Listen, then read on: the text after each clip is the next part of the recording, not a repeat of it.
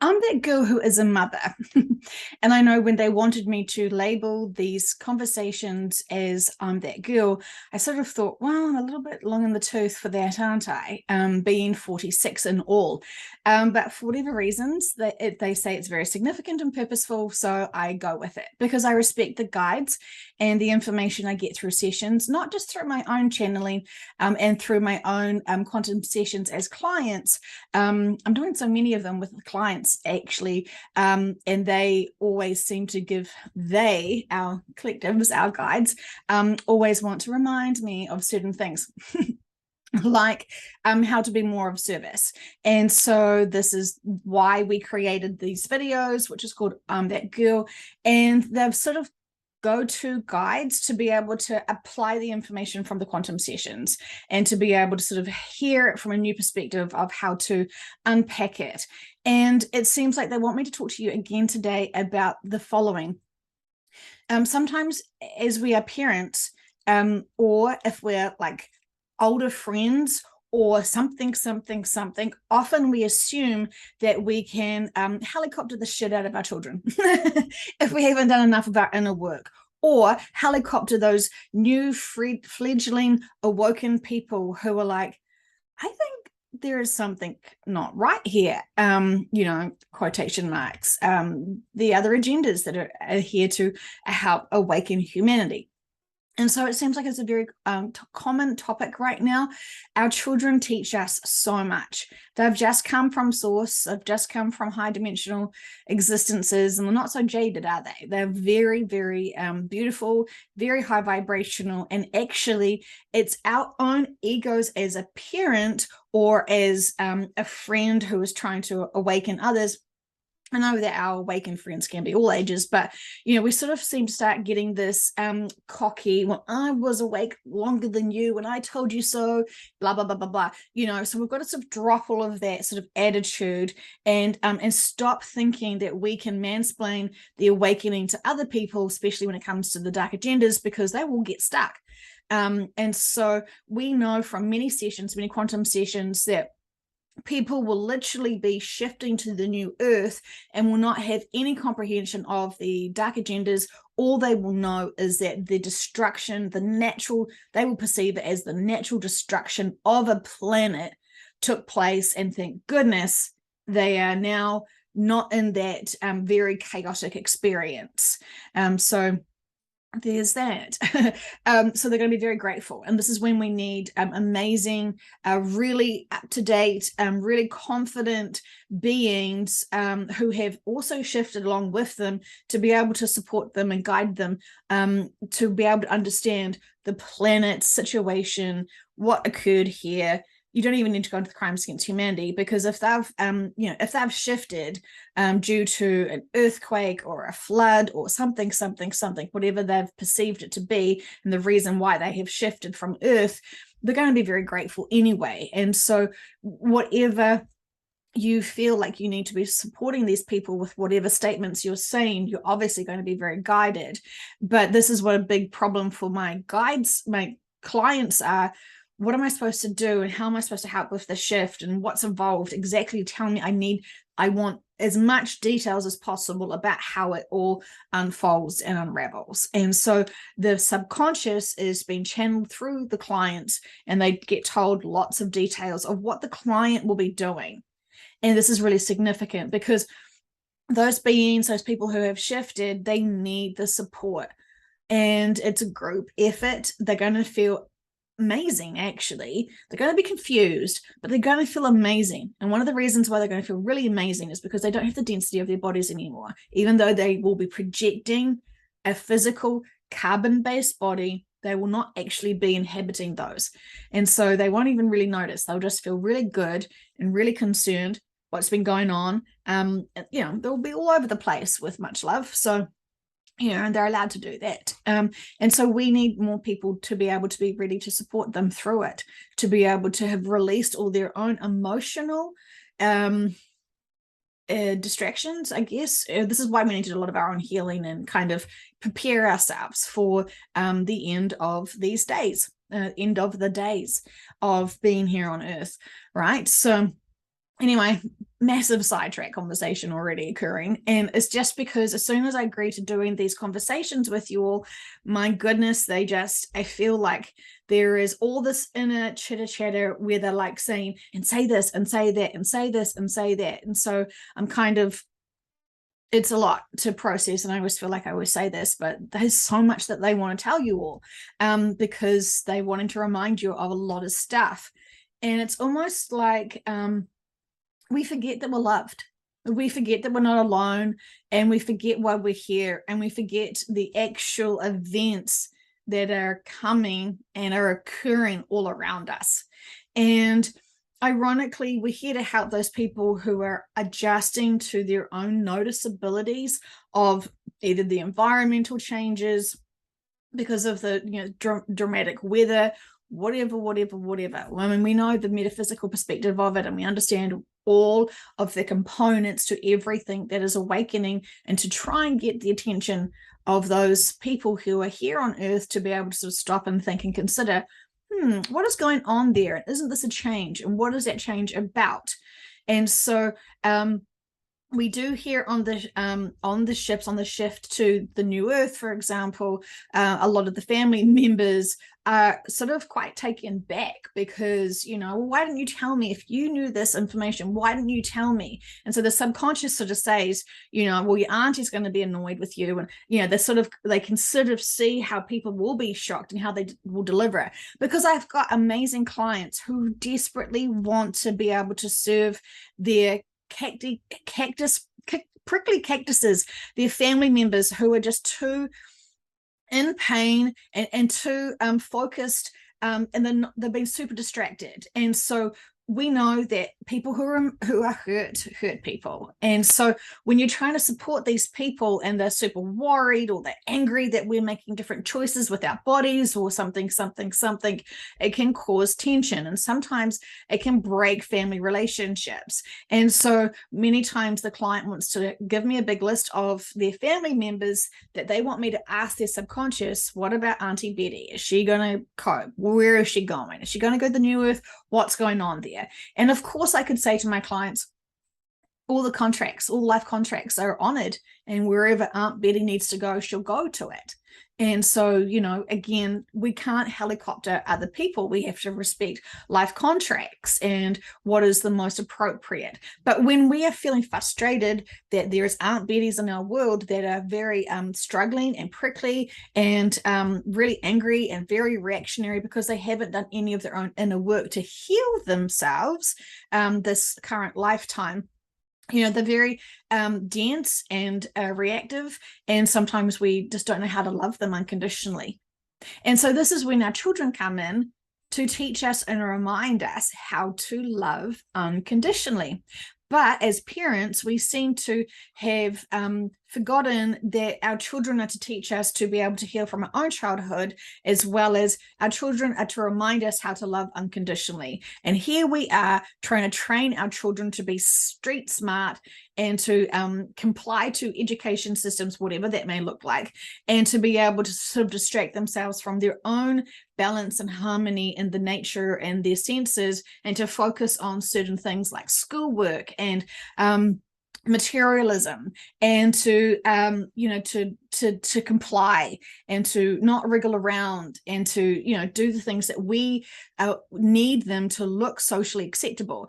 And I know lots of parents have parent guilt, and so parents love to be able to show their children off on social media, but the mother or the father or a combination of both will turn into very challenged tyrants to the children to make sure that those family pictures are perfect.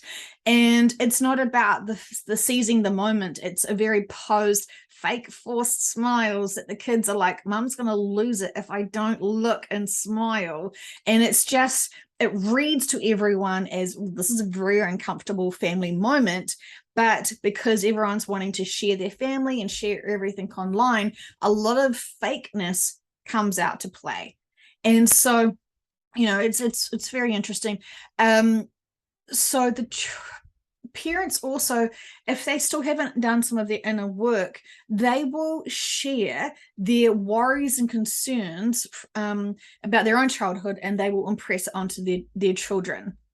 And so if an adult has not felt fully loved and paid attention to and supported at any point of their childhood, and they haven't healed from it, released it, let it go, see that was to empower themselves, not to keep feeling like you were not loved, not noticed, not special.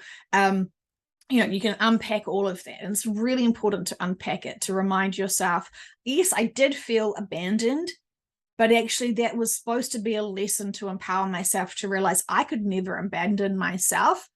I'm here. I am the one that can love me. I never leave me. I never abandon myself. And it was about building self-confidence. And while we still had the feeling of that not nice stuff, that was very purposeful to have those lessons and to grow from. And so if you've kind of got that way of living and approach to parenting, everything you do is full of love, full of amazing, beautiful, and best intentions, best wish, everything. You've made a sandwich, but it's beyond perfect, and you've put so much integrity and intention and love, and you've infused this sandwich to be super high vibrational, and it's fantastic, and it comes from a fantastic place.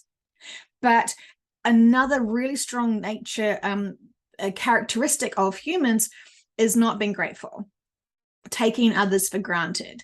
And while they're so focused on how they're feeling, and you can see that. So when someone provides the most infused love sandwich to their child, and their child sort of looks at it and goes, oh, I don't want this, and kind of pushes it away, again, that is going to reject the parent, and that parent's already got hurt from a childhood of feeling rejected anyway. And so it's not about the exchange of the food, it's about the exchange of love. And so the parent is again being triggered to feel like, the parent doesn't see that they're repeating the cycles within themselves. And so this is what truly a generational cycle is. And it's with one person. And so you feel neglected as a child, and so you refuse to neglect your child. And so you're very full on focused and very intent and very intentional to make sure your child feels your love, and your child will then react and not be like, oh yes, let's smother each other to death. It's more like, you're actually stifling me, and your child is showing you what self-independence empowerment looks like. But because you haven't done the inner work, it feels like, again, it is about rejection and a whole lot of stuff. And so we have to check what agendas we are doing, and what is our motivation and focus. We could give our child love, make a nice healthy sandwich or whatever, and give it to them, and we could just accept they're not going to love it always, whatever. But if you're putting, as soon as they get that sandwich, they're just going to say, I love you, this is amazing, you're amazing, I can see your integrity, I can see your intentions, I can see and feel your love. I mean, your children are not going to get that, because they don't need that, because they haven't been broken like you were. And so can you see how the cycle will repeat? Because when you don't heal from one thing, you're super reactive, worried about it. And so then you'll behave in another way, you thinking that you're saving your child, and your child never needs to be saved like that. It's the same with partners, friendships. This is not just a unique parent thing. And, it's universal, and parents, need to learn from their children. And it seems like all the responsibility of being a parent feels like we have to teach them everything and guide them. And yes, there is this balance. And of course, we don't want, naughty children. But I also see like this is quite common too. Well, naughty is subjective, because they're usually just very creative, and they're wanting to be heard and respected and understood, while we're trying to force them into schooling systems that have never worked properly for really spiritual souls. For example, but there's always other dynamics to that. So much to be said about it. So what I was trying to say was, there's just so much to it, and this is why it's so important to really be honest with your what you're really doing. Every action, are you doing it because you want praise and attention and gratitude and all this sort of stuff? Because again, whatever we're seeking and wanting from others, we usually are lacking it to give to ourselves. So there's so much to be said about that. And then of course there is those parents that, oh, that's what I was going to say. This is really important. And they slipped it. I slipped it out of my mind. Sorry. So those children who had really super strict, scary parents, right? And it was supposed to be about the child, that child realizing, you have to read people and see what their agendas are, because we blindly love everyone as children, and we should, but there are some lessons here that we can't trust everyone. Trust yourself, fill in, tap into everyone's integrity and agendas, even our parents, and not blindly trust and follow people. That's a huge one. And while it's bloody hard and we feel like we're victims and blah, blah, blah, blah, blah, blah, blah, blah, it's super significant. And again, it's to empower that child. 100% is to empower that child. And so what seems to be the case is, if you've got a super strict parent and then you become a parent, you're like, we're never having rules in this house because that was the hardest thing. And I was so scared. And they used to raise their voices or whatever. And I promised my children I'd never be like that. And so then what happens?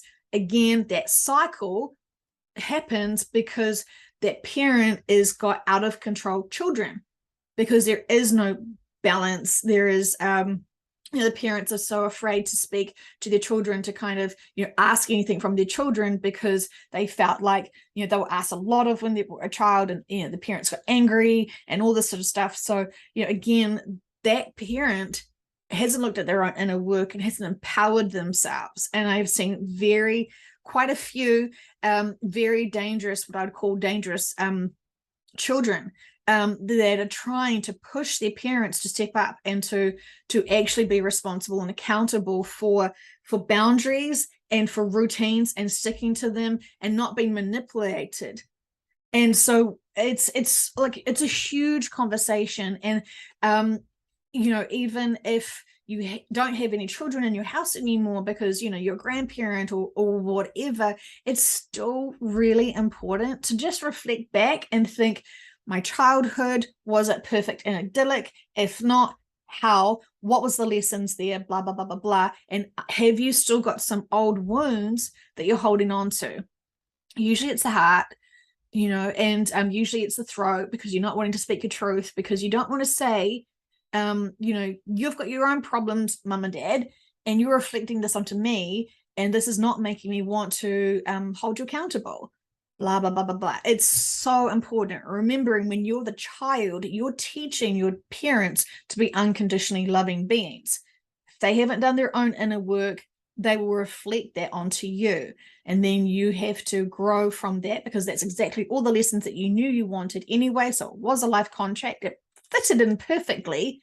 And then the cycle is very significant. And I highly recommend everyone having their own quantum sessions and really just explore your childhood and what is your behaviors and patterns. And so anyway, it feels like so many people who haven't had love given to them, what they perceive as love, because they know what pure love is. And so when we're children, we know exactly really high frequency love. We're very confused why we don't have it here now. Our parents are supposed to give it to us, blah, blah, blah, blah, blah. Where is it? And so some advanced beings who, say for the example, the Arcturians, they're very high dimensional. And so to come down here to a 3D planet is a huge jump. Whereas, say, the Palladians, it's not such a huge jump. It's kind of manageable. And of course, like the reptilians and the draconians and whatnot, they actually find this kind of density quite charming. And so, it's very interesting how all of our backgrounds to prepare us for this planet's lifetime experience has all unfolded. So, I find this stuff very fascinating, and it's kind of like pieces to the puzzle of our souls. And we have to remind ourselves why now, what we're doing now, and all that fun stuff. So there was something else that they wanted me to talk about. So the whole Grand Awakening is quite obvious to much of us. And we have to be patient and still love others who are going on their journey and not have any expectations. It could be quite poisonous to talk to someone about the new earth, for example. We don't need to tell them about the new earth. Maybe when we're on the way to the new earth, that's maybe possibly a conversation that you need to have. But remember, you weren't promised tomorrow, and we can't be taking any of our family members for granted. We can't take our own lives for granted. I know we all want to shift, and get to the new earth and experience that, because when we've done sessions and we've had that energy experience in the fifth density, it is very lovely. It's very charming. But we have to really explore everything we're supposed to do here now. And so it will definitely lower your vibrations if you feel bitter and resentful and frustrated about those people who aren't awake, or who are angry about their own sort of awakening. And I do know that, of course, there is many people who are still stuck at the crimes. They're still terrified, and they cannot believe, what they're seeing happening on this planet right now. It just feels like it's an upside down world. And when you see all of the reasons why we have to awaken, that's one thing. That's great proof, right? It's great proof. But don't stay there. Look for the purposes and the lessons and the reasons. And it seems like a lot of people are still distracting themselves with things like hopism, which is in terms of, this special date is going to give you high frequency vibrations, and you can really connect in with your guides and this special date and this special time. And if you wear the special color, and if you do all this sort of stuff. And again, it's kind of almost, catch yourself if you're still thinking along those lines, because we're always connected. The hand's always connected to the arm. And so if people are trying to say, oh, you're not connected to the arm. Oh gosh, no, you've got to wait to a special date and then you can do it. And then it's only with my course that I'm selling you and my blah, blah, blah, blah, blah, blah, blah, blah, blah. Right. So just catch those fake influences. And I've seen quite often my own work and my own information being copied and pasted and pretended to be someone else's information. And, that's all fine and all. But, there are people that are literally surfing the internet and copying information from other people and putting their names all over it and making it look like it's their information and that they're connected in. And so, this is why our collectives have really said to us for a long time, stop following influencers, stop following gurus, and actually start following yourself. Be your own leader. Because there is so much nonsense bullshit out there, and you don't know what inner work they really truly have or haven't done. They may say all the spiritual stuff, it may sound really legit, but always trust yourself more, and the work you've done and haven't done, and you'll know your habits and your routines, and there is, and you also know your own collective. And so why not make the direct connection with your own teams and trust and connect in that way, versus relying on someone else's nonsense information that can be very confusing for you. And, once again, we explore in sessions the clients' influences and the people that they really trust, the readings that they've had in the past that they thought sounded really legitimate. And, it really does shock them how much bullshit nonsense there is out there in the spiritual world and the truther world and all that sort of stuff, right? It's very confusing, because if you've only been sold one perspective of a certain information, you're not seeing the broader picture of it. And right now we're needing to see the full scope of everything, all the pieces to the puzzle. So, if you can find that, out there somewhere, fantastic, but definitely check in, have no assumptions that there is someone that is pure.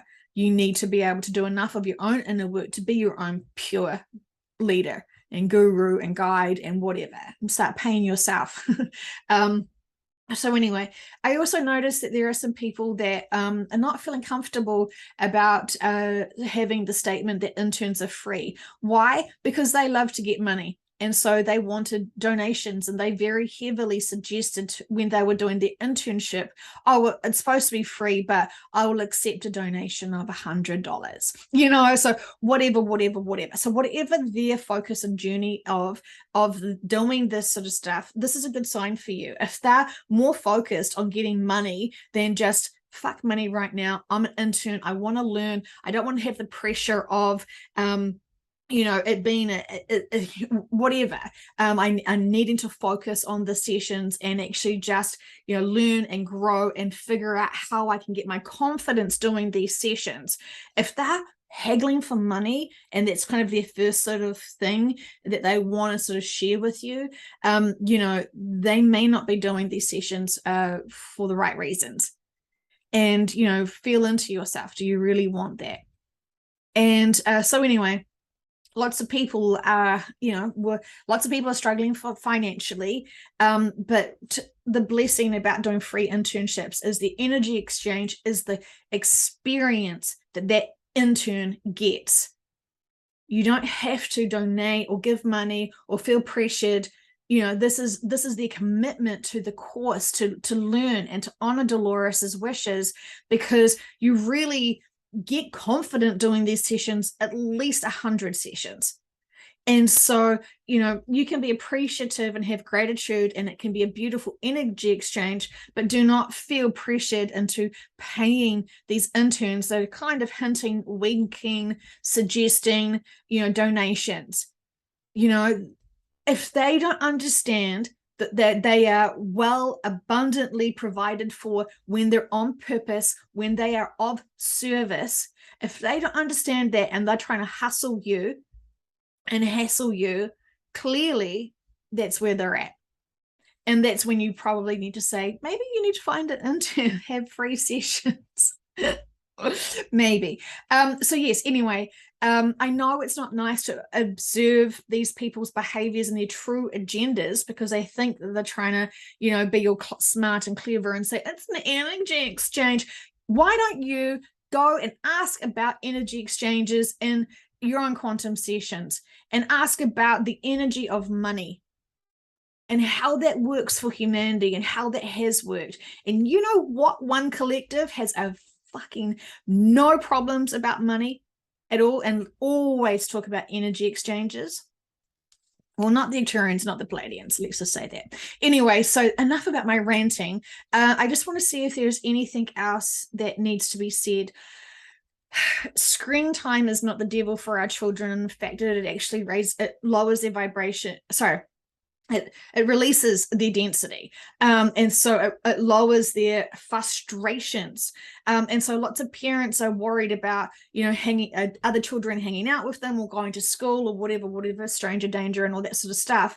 The children are going to school to literally energy exchange with each other. If you've got children who come home full of the energy that they have collected from their dense little friends and and all that sort of stuff, it's not judgment, but how are they going to ground themselves? And lots of parents have been told screen time's the devil for children. What if I said to you, screen time for children is actually them grounding, and us constantly trying to teach them things, trying to keep them and create them into being little adults? It's really going to be hard. And if we sort of allow our children to have some screen time and sort of feel guilty about that, well, again, guilt doesn't serve you. And so look at why you are how you're noticing your children are responding when they're having screen time. Do they feel more grounded and settled in? And do they feel refreshed after they've had some screen time? Remembering, we've all been told in our social circles, when you're parents, you're only supposed to have a certain amount of screen time per day. Now, who's saying that, and why do you think that they're saying that? And do they understand that your children and those little cute meat sacks are actually souls who actually need some downtime while they're physically awake, not just assuming that they're going to get downtime when they're sleeping? And also, children don't starve themselves. And also, children know how much and how long their bodies need sleep. So again, are we helicoptering every freaking thing about our children and telling them how to live and to be grounded and connected and all that stuff? And it's a very tricky balance, because we don't want to create monsters who have no boundaries, and they, are really rude and disrespectful. So, good luck with that. But it's a really incredible thing, and lots of people seem to want to help humanity, and yet they're not helping humanity that's at home. And so they're feeling frustrated because their children don't realize how much they give to them and all this stuff. And so, it's about really looking at our own inner work in full sincerity, integrity, and look, are we still broken children reacting to the world like this to our own children? And if so, it's a great time to look at it. 100% a great time. So I hope this has mansplained a lot of perspectives that you may not have considered before, or probably have had assumptions and kind of felt like, yeah, this feels like I thought about this, but I haven't really explored it more. Also, another thing, when we're asking for healing for our children, and it may look like something that we don't want, we have assumptions. I want my child to be healed. I want my child to release all of their inner work and be high frequency vibrations. Okay. And so sometimes it may look like your children going to prison. It may look like your children going to rehab. It may look like a whole lot of stuff versus just, oh, magical. Okay, well, we'll just remove all of this stuff that they are currently doing. And so again, explore in sessions the significance of their behaviors, attitudes, addictions, and all that stuff. Do not feel that parent guilt. Look at that soul and question, why does that soul want to have these experiences at this important time?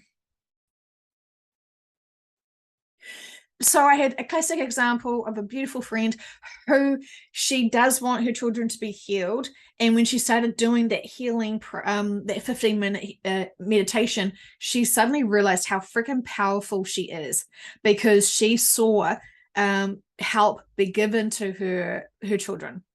And so it wasn't the sort of instant magical help that she hoped that they were going to just have, and it would be miraculous. They actually got the help that they truly did need. And so it actually scared her so much, she was like, I'm not going to do that anymore, because, it doesn't work how I was expecting. The universe doesn't always work how, the universe doesn't work always how we're expecting, my friends. Unfortunately. Right, we don't create the universe. So well, we do, but that's like another story. And anyway, it's all perspectives. So really be responsible and trust that your children have their own guides. And so if you're using your free will on this planet to be able to help another being on Earth, and that is profound. That will be very significant, because you're going to make much more of an impact, because it's just magically how it seems to work, because the we're another hand helping someone along, right? The arm, the subconscious, can't really reach the hand, because the hand has not ever wanted to acknowledge it's right there. They've given you all these senses. When you have ignored and basically severed your own hand to be fully detached and block and shut down the arm, because the arm's trying to give you truth and inspiration and all this sort of stuff, that you're not ready to step up into your power. You're not wanting to speak your truth. You're not wanting to see people as you are sensing, all that sort of stuff. Intuition, everyone thinks that they want intuition. And imagine if you've got full intuition, how the world looks when you're young, when adults are lying to you, when adults are really hurt and you don't know what to say and do to help them. You're feeling and absorbing all of that. And so I know a lot of people, I want my third eye open and all these labels and stuff. But actually, when you really look at actually what that responsibility would be, if you actually did get that, how would that actually go for you? It's a lot, my friends. So trust that once we ask for healing, once we set the intentions to be able to heal appropriately, that's it. We can't say, I want them to be healed X, Y, and Z, and I'm only going to allow that. We have to be flexible, and we have to be open and trusting. And the biggest step, I think, in our spiritual journey is having trust and faith. And when we constantly asking for proof, are you there, guides? Are you there, guides? Are you there, guides? And they're giving us proof and proof and proof and proof and proof and numbers and proof and proof and proof and proof. That's all you're asking from them. It's time for you to accept that they're there. And it's time for you to start stepping into your empowerment and to know and trust, and to then start asking for the bigger conversations, the biggest concepts, and how you are supposed to be helping, instead of having proof. And often it's really a proof of you're loved, you're not alone. And so when you can step into that empowerment, you know that they're there. You know that this is, 3D. You know that we can't see beings in higher dimensions with our 3D eyes. We can definitely sense them. It's the same arm and hand. Really, it is. But my elbow would never be able to see my shoulder. Never, ever would ever be able to see my shoulder. My elbow has to trust that there is something backing it up, that it's connected to something that's bigger. It's never going to be severed and disconnected. Don't think of zombie movies because, because we can all see, arms being severed. But, from a metaphysical perspective, the elbow is never going to be able to see this shoulder. And yet the elbow could spend its entire life asking to see the shoulder. And it's not physically possible. And also, my elbow doesn't have eyes, there's a lot of problems to that analogy, right? And there often is, but you have to understand what they're trying to say to be able to give you the concepts and the perspectives, because they don't actually speak English, our collectives. They speak in energy, and they speak in love. And when we are translating, when we're channeling, it is they're trying to impress upon us the statements and the words. And so, it would be so much easier if they could just pick up the phone. But we're really asking sometimes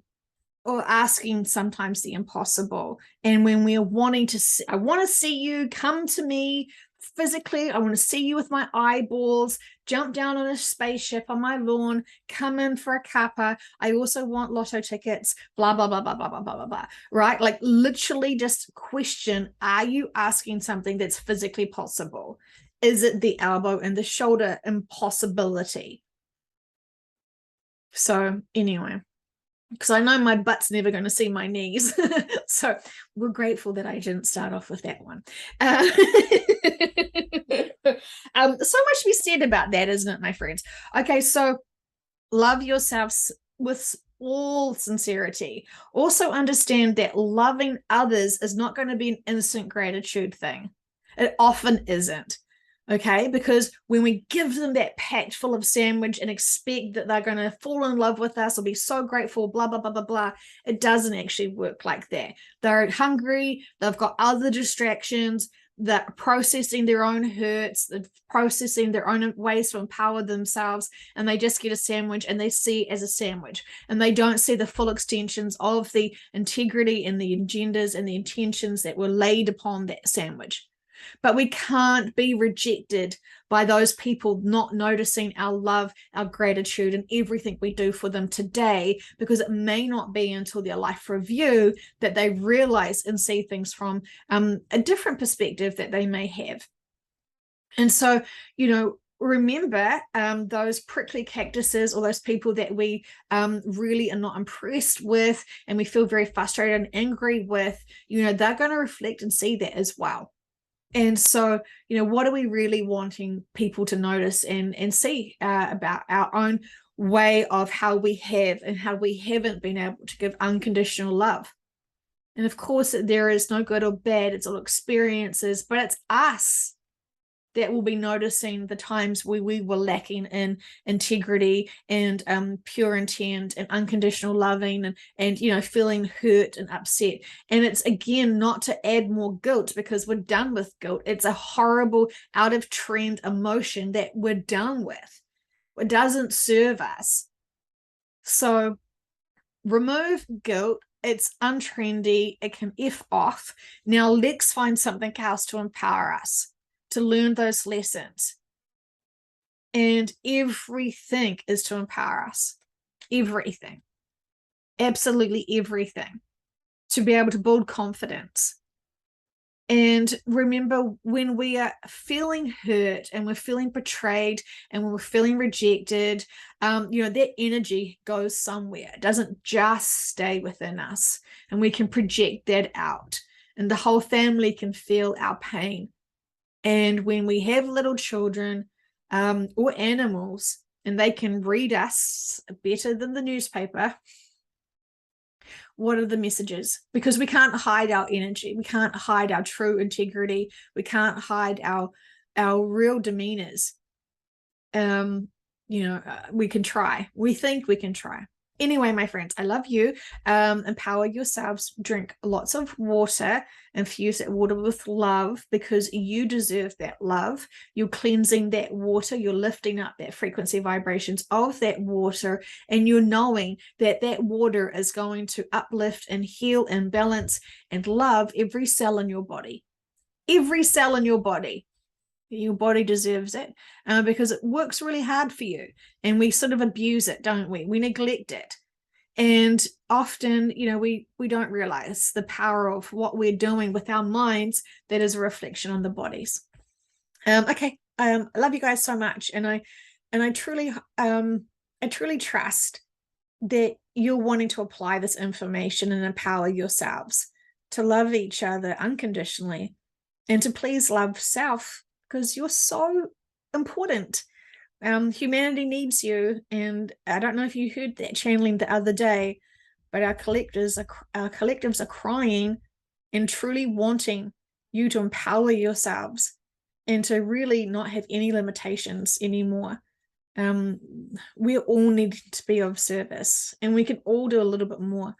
I know it feels a lot of pressure, but when we stop helicoptering people and doing a whole lot of stuff and really empower ourselves, it can be quite an uplifting experience. I'm going to put my email in the description. So if any of you are truly stuck and needing more support, I'm always open to be able to try and help and assist in any way possible.